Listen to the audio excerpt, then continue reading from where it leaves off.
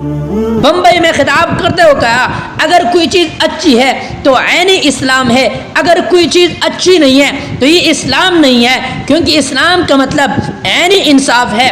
کراچی میں خطاب کرتے ہوئے کہا وہ کون سا رشتہ ہے جس میں منسلک ہونے سے تمام مسلمان جسدی واحد کی طرح ہے؟ وہ الحمد للہ وکفا والصلاة والسلام علی عباده الذین اصطفى اما بعد فاعوذ باللہ من الشیطان الرجیم بسم اللہ الرحمن الرحیم الذین ان مکناہم فی الارض اقاموا الصلاة وآتوا الزکاة وامروا بالمعروف ونہوا عن المنکر وللہ عاقبۃ الامور۔ اقبال نے کہا تھا غلامی میں کام آتی ہیں نہ شمشیریں نہ تدبیریں، غلامی میں کام آتی ہیں نہ شمشیریں نہ تدبیریں، جو ہو ذوق یقین پیدا تو کٹ جاتی ہے زنجیریں۔ برادران اسلام،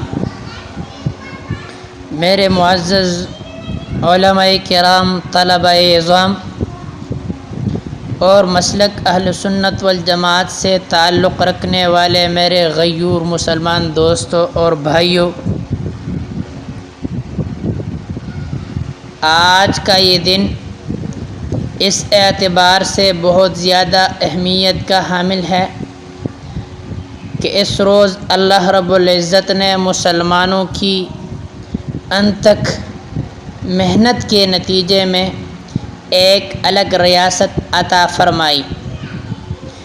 اس کا آغاز کچھ اس طرح ہوا کہ جب بر صغیر کے مسلمانوں نے دیکھا کہ ہندوستان میں مسلمانوں پر طرح طرح سے ظلم و ستم بڑھتا جا رہا ہے، ان کے حقوق تلف کیے جا رہے ہیں، انہیں تجارت اور معیشت، تعلیم و تدریس، تہذیب و ثقافت، عدل و انصاف، مساوات و بھائی چارگی، غرض یہ کہ تمام معاملات میں کم تر گردانا جا رہا ہے اور ہندوؤں کو برتر خیال کیا جا رہا ہے، انہیں اپنے سیاسی و مذہبی اعتقاد و افکار اور افعال سے روکا جا رہا ہے، آزادانہ اسلامی رسم و رواج پر قدغن لگائی جا رہی ہیں۔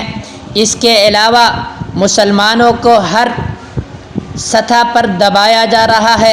تو ہمارے اجداد نے دن رات محنت کی، گلی گلی جا کر مسلمانوں سے ملے، الگ وطن بنانے کے حوالے سے مشاورتیں کیں، قراردادیں منظور کیں اور بالآخر 20 لاکھ افراد کی قربانی کے نتیجے میں اللہ رب العزت نے ہم پر اپنا عظیم احسان کرتے ہوئے ہمیں اسلامی ریاست عطا فرمائی۔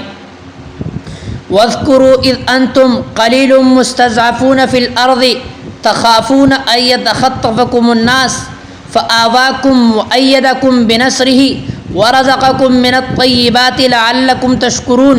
اللہ رب العزت قرآن مجید میں یوں فرماتے ہیں، یاد کرو جس وقت تم تھوڑے تھے، ملک میں کمزور سمجھے جاتے تھے، تم ڈرتے تھے کہ لوگ تمہیں اچک لیں، پھر اس نے تمہیں ٹھکانہ دیا اور اپنی مدد سے تمہیں قوت دی اور تمہیں ستھری چیزوں سے، پاک چیزوں سے رزق دیا تاکہ تم شکر کرو۔ اب اللہ نے ہمیں آزاد ملک تو دے دیا، ہم ہندوؤں اور سکھوں سے آزاد تو ہوئے، مگر اس آزادی کے تقاضے کیا ہیں، یہ سب آج میں آپ حضرات کے سامنے بیان کرنے جا رہا ہوں تاکہ ہم آزادی کے تقاضوں کو سمجھ سکیں اور ان کو پورا کرنے کی کوشش کر سکیں۔ پاکستان کیوں بنایا گیا؟ یہ کتنا بڑا المیہ ہے کہ ہندوؤں، سکھوں اور انگریزوں کی ہزار مخالفتوں، شرارتوں اور سازشوں کے مقابلہ کرتے ہوئے لاکھوں جانوں، عصمتوں اور کروڑوں اربوں کی جائیدادوں کی قربانی دے کر پاکستان بنانے والوں کی تیسری نسل ان تمام حالات اور واقعات سے قطعاً واقف ہیں۔ وہ اکثر نہایت معصومیت سے سوال کرتی ہیں کہ پاکستان کیوں بنایا گیا تھا، انڈیا کو کیوں توڑا گیا تھا، اگر ہم اکٹھے رہتے تو کیا تھا، اور اگر ہم دوبارہ اکٹھے ہو جائیں تو کیا حرج ہے؟ آئیے جانتے ہیں کہ محمد علی جناح نے پاکستان کس مقصد کے تحت بنایا تھا، ہمارے اکابر نے، مسلمانوں نے کس وجہ سے یہ قربانی دی تاکہ ہمیں پاکستان بنانے کا مقصد کا علم ہو سکے۔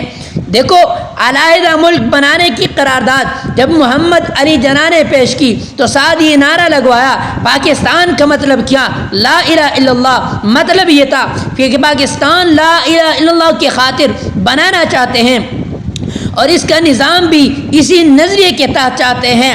4 مارچ 1946 کو محمد علی جناح نے شیلانگ میں خطاب کرتے ہوئے کہا، اسلام مکمل ضابطۂ حیات ہے، اس میں دین کو سیاست سے الگ نہیں کیا جا سکتا۔ ہر مسلمان کے پاس قرآن مجید کا ایک نسخہ ہونا چاہیے تاکہ وہ اپنی رہنمائی خود کر سکیں۔ دیکھو، قائد اعظم نے صراحتاً میں کہا، بمبئی میں خطاب کرتے ہوئے کہا، اگر کوئی چیز اچھی ہے تو عین اسلام ہے، اگر کوئی چیز اچھی نہیں ہے تو یہ اسلام نہیں ہے، کیونکہ اسلام کا مطلب عین انصاف ہے۔ کراچی میں خطاب کرتے ہوئے کہا، وہ کون سا رشتہ ہے جس میں منسلک ہونے سے تمام مسلمان جسدی واحد کی طرح ہے؟ وہ کون سی چٹان ہے جس پر ان کی ملت کی عمارت استوار ہے؟ وہ کون سا لنگر ہے جس سے اس امت کی کشتی محفوظ کر دی گئی ہے؟ وہ رشتہ، وہ چٹان، وہ لنگر خدا کی کتاب ہے، قرآن کریم ہے۔ مجھے یقین ہے کہ جوں ہم آگے بڑھتے جائیں گے، ہم میں زیادہ سے زیادہ اتحاد پیدا ہوتا جائے گا۔ ایک خدا، ایک رسول، ایک کتاب، ایک امت ہم بن جائیں گے۔ 25 جنوری 1941 کو محمد علی جناح نے کراچی بار ایسوسی ایشن سے خطاب کرتے ہوئے کہا، میرے علم میں یہ بات لائی گئی ہے کہ کچھ حضرات جان بوجھ کر شرارت کر رہے ہیں اور پروپیگنڈا کر رہے ہیں کہ پاکستان کے آئین کی بنیاد شریعت پر نہیں ہوگی۔ ہماری زندگی پر اسلامی اصولوں کا اطلاق آج بھی اسی طرح ہے جس طرح 1300 سال پہلے ہوتا تھا۔ محمد علی جناح نے اپنی زندگی کی آخری سرکاری تقریب اسٹیٹ بینک آف پاکستان کے افتتاح کے موقع پر 1 جولائی 1947 کو فرمایا تھا، ہم ایک ایسا معاشی نظام مرتب کرنے جا رہے ہیں جو عین اسلامی اصولوں کے مطابق ہوگا۔ مغرب کا معاشی نظام انسانیت کو فائدہ پہنچانے میں ناکام رہا ہے۔ 22 اکتوبر 1949 میں تمام اکابرین امت نے وزیر اعظم پاکستان لیاقت علی خان کی سربراہی میں قرارداد مقاصد منظور کی، جس میں ملک کو اسلامی فلاحی ریاست بنانے کا ارادہ کیا گیا، اور یہ قرارداد موجودہ آئین کا حصہ ہے۔ لیکن جلد ہی ملک کو سیکولر پاکستان بنانے کے خواہاں نے 1951 میں لیاقت علی خان کو قتل کر دیا اور آئین سازی سیاسی کشمکش کی نظر ہو گیا۔ سامعین محترم، یہ تھے چند وہ مقاصد جن کی خاطر ہمارے آبا و اجداد نے قربانیاں دی۔ آئیے مقاصد پاکستان کا تحفظ کرنے کے لیے اٹھ کھڑے ہوں اور اس اصل مقصد جس کے لیے ملک وجود میں آیا، یعنی اسلامی تعلیمات کا نفاذ، نظام مصطفیٰ کا مطالبہ وقت کا تقاضا ہے، تقاضا کر رہا ہے اب وطن کا ہر گلی کوچہ، تقاضا کر رہا ہے اب وطن کا ہر گلی کوچہ، یہاں جاری کسی صورت نظام مصطفیٰ کر دو۔